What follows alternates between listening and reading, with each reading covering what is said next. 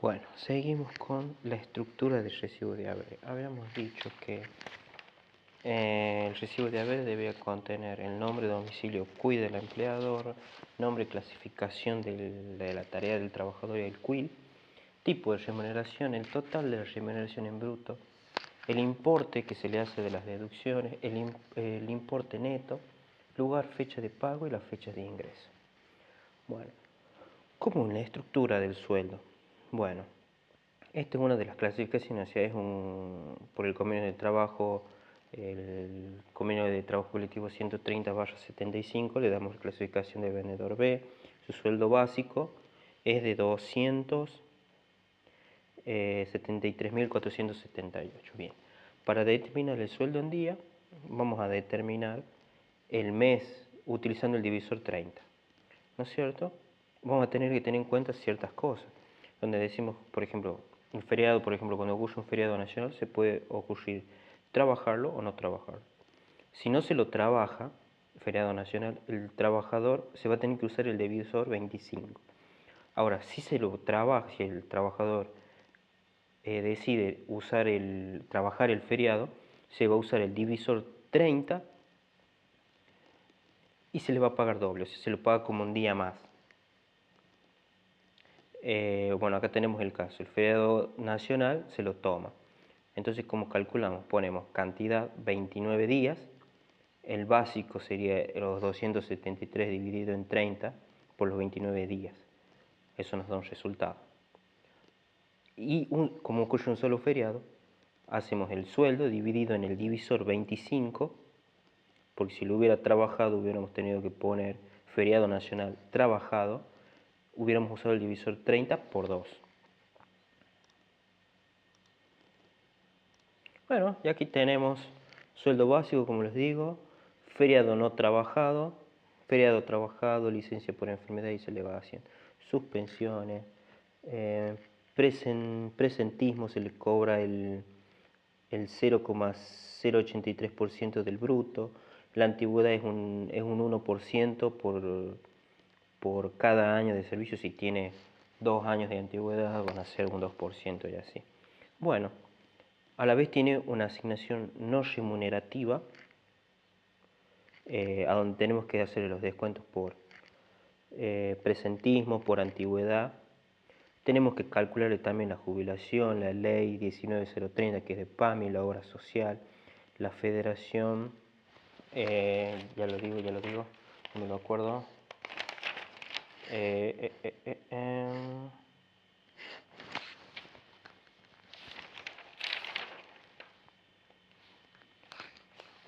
Acá está, el Fondo de Ayuda Solidaria, el FAS, el FAESI, la Federación Argentina de Empleo, de Comercio y Servicio, un 0,5%, y la cuota sindical si se adhiere o no al sindicato. Este decía que afiliado al sindicato.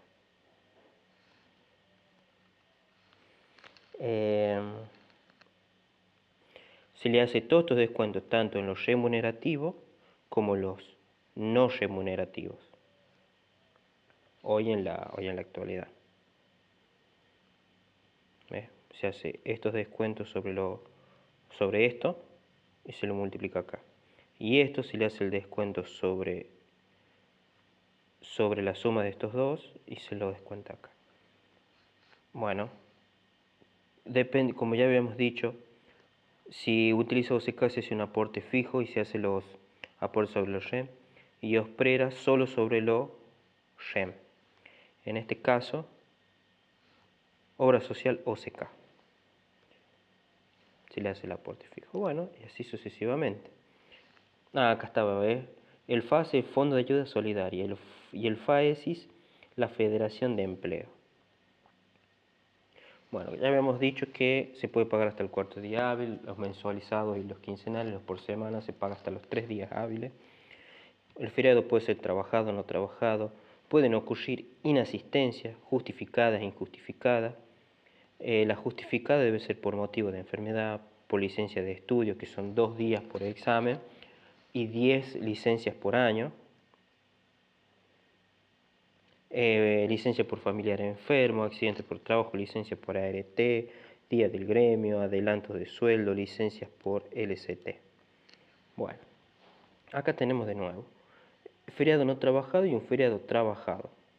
Eso es lo que yo le decía, el feriado de trabajo usamos el básico dividido en 25, mientras que el feriado que se lo trabajó, hacemos el feriado dividido 30 por 2.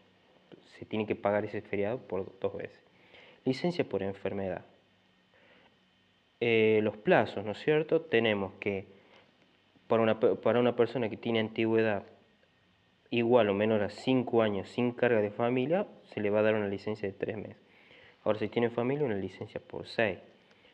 Una antigüedad mayor a 5 años, sin carga de familia, se le da una licencia de 6. Y con carga de familia 12 meses. O sea, se le abona como si estuviera trabajando. Se le paga presentismo y todo. ¿No es cierto? Por ejemplo, licencia por enfermedad. Tuvo 4 días. O sea, esos 4 días no se les tiene que sumar al básico, entonces se le hace el básico dividido 30 por 26. Siempre esta suma tiene que dar 30. Licencia por estudio, licencia son 2 días, ¿no es cierto?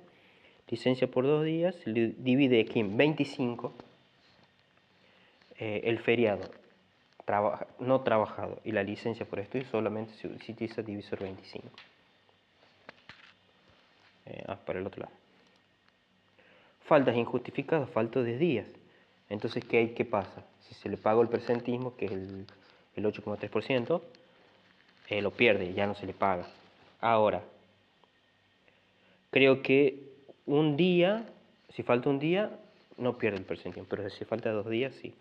Aquí, ¿qué sería? Acá no se le tiene que pagar, entonces se le resta del básico. Licencia por familiar enfermo, esto no lo contempla la ley. El convenio colectivo sí, que establece 30 días al año por cada familiar enfermo. Y no son pagadas, pero no pierde el presentismo.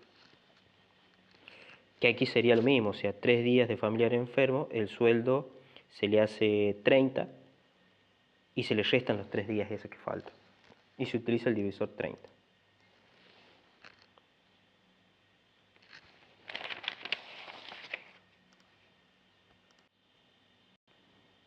Bueno, en la licencia cuando por ejemplo creo que son, por ejemplo que haya trabajado los 3 primeros días, están a cargo del empleador. Si trabajó los 10 primeros días de la licencia por ART, los paga el empleador. Los otros 20 días los paga el empleador, por ejemplo. Acá se tiene que sumar el total de los remunerativos más lo no remunerativo, por ejemplo, que sea 3.000. Entonces, ¿qué se le hace? Se le hace como una incidencia de aguinaldo, ¿no es cierto? 300.000 por dividido 12 o por el 8,33%, nos da 24.000. Eso le sumamos a los 300.000, nos da 325.000. Lo dividimos en 30, este es el valor por día de ART.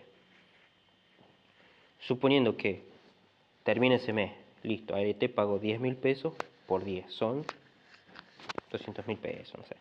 Bueno, entonces, si al mes siguiente sigue un mes más con ART, la ART ya le paga 324.000 pesos directamente. Bueno, el otro tema que me faltaba por ver era el tema del aguinaldo. El aguinaldo, el antecedente de SAC, es el aguinaldo. Cuando la ley ya lo volvió obligatorio, se originó por SAC, porque en un principio se lo había hecho por decreto, y la ley, cuando lo vuelve obligatorio, se lo definió como SAC.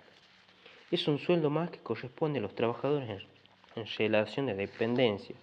Es un concepto remunerativo, por lo tanto comprende realizar los aportes y contribuciones. Este se va a devengar diariamente. Corresponde su pago ante cualquier clase de extinción de trabajo, o sea, por justa causa, por voluntad del empleador, por voluntad del trabajador, por lo que sea, corresponde pagar aguinaldo, SAC. Bueno, tenemos el concepto. Decimos que su denominación anual proviene que el decreto lo convenió en un pago anual, que es lo que decía, pero la ley ya lo transforma en un pago semestral. ¿Cuál sería el concepto? El concepto es la 12ª parte del total de las remuneraciones percibidas por el trabajador en el año calendario. El SAC, lo que es en la actividad privada, la administración pública, las empresas del Estado, será pagado sobre el cálculo del 50% de la mayor remuneración mensual devengada por todo concepto dentro de los semestres entre junio y noviembre, o sea que incluye todo concepto remunerativo. En realidad se devenga por día, pero la ley determina que se pague en 2 cuotas.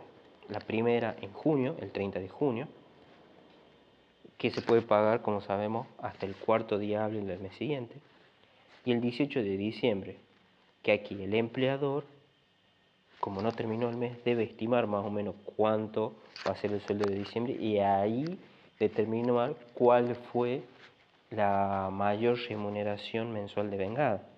Por ejemplo, que en julio haya ganado 200, en agosto 200, en septiembre 260, en octubre 200, en noviembre 200 y en diciembre no sabemos.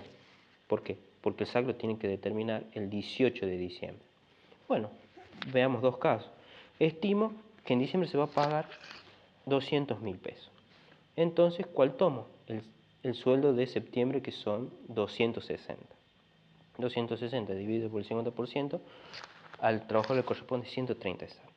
Bueno, ¿qué pasa? Llegamos al 31 de diciembre y el sueldo fue de 200.000. Se estimó y no hago nada. Ahora, si yo estimo que el sueldo va a ser de 280, entonces me corresponde un SAC de 140. Llega el 31 de diciembre y el sueldo del trabajador fue de 200. Ahí el SAC ya debió ser de 130 y no de 140. Entonces se hace un reintegro de SAC por 10.000 pesos. Por 10, pero bueno, hablemos de 1.000. Bueno, en las pymes el SAC pueden fraccionarlo en más de un periodo, que por ejemplo que no puede exceder 3 periodos en el año.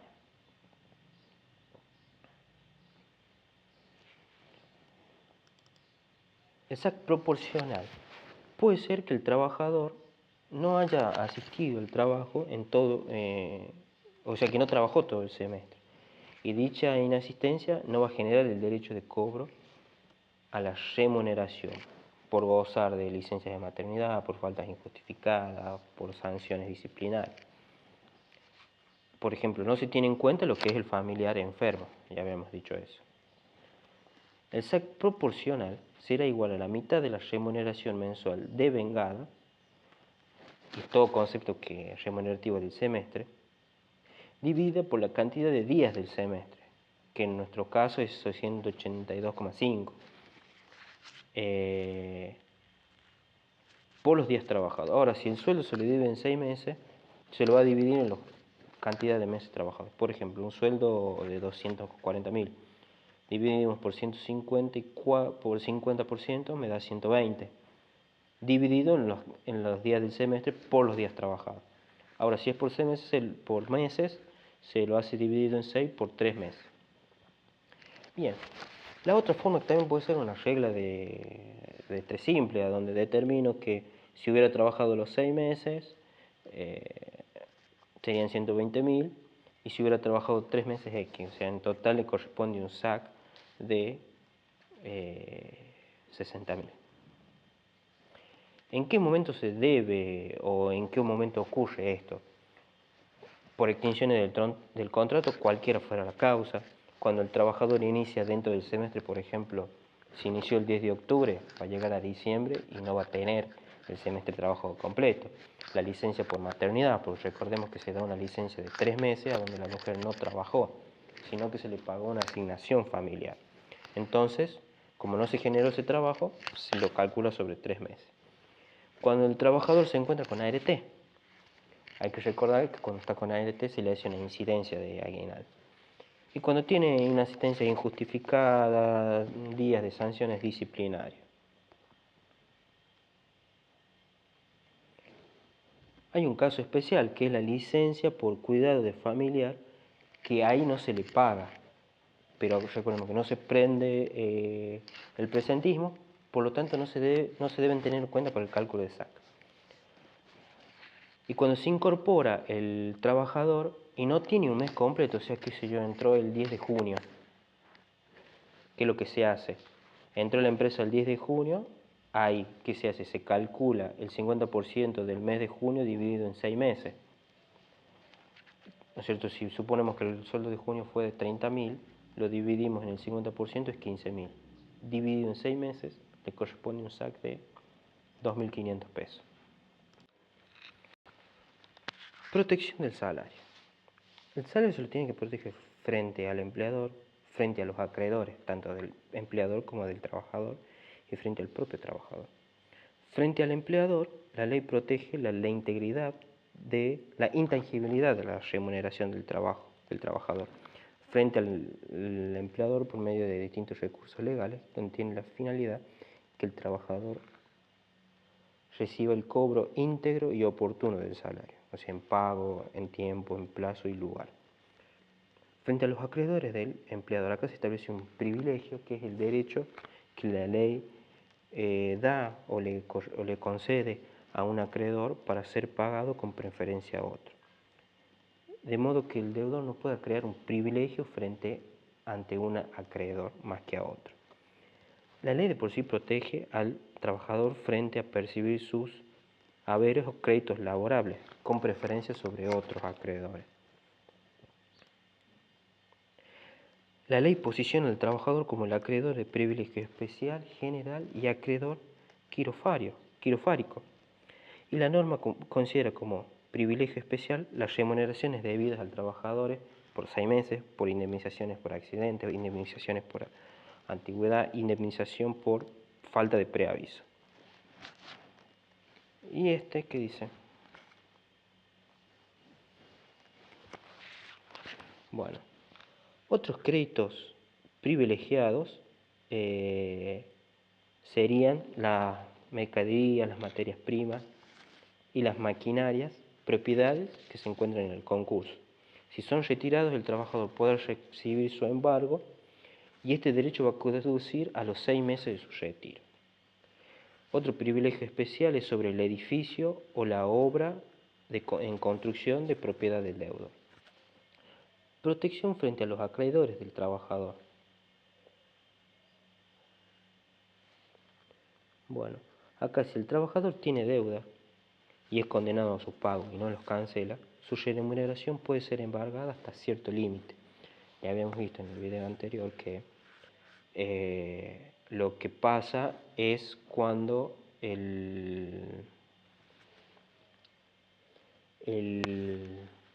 le embarga el sueldo por sentencia judicial.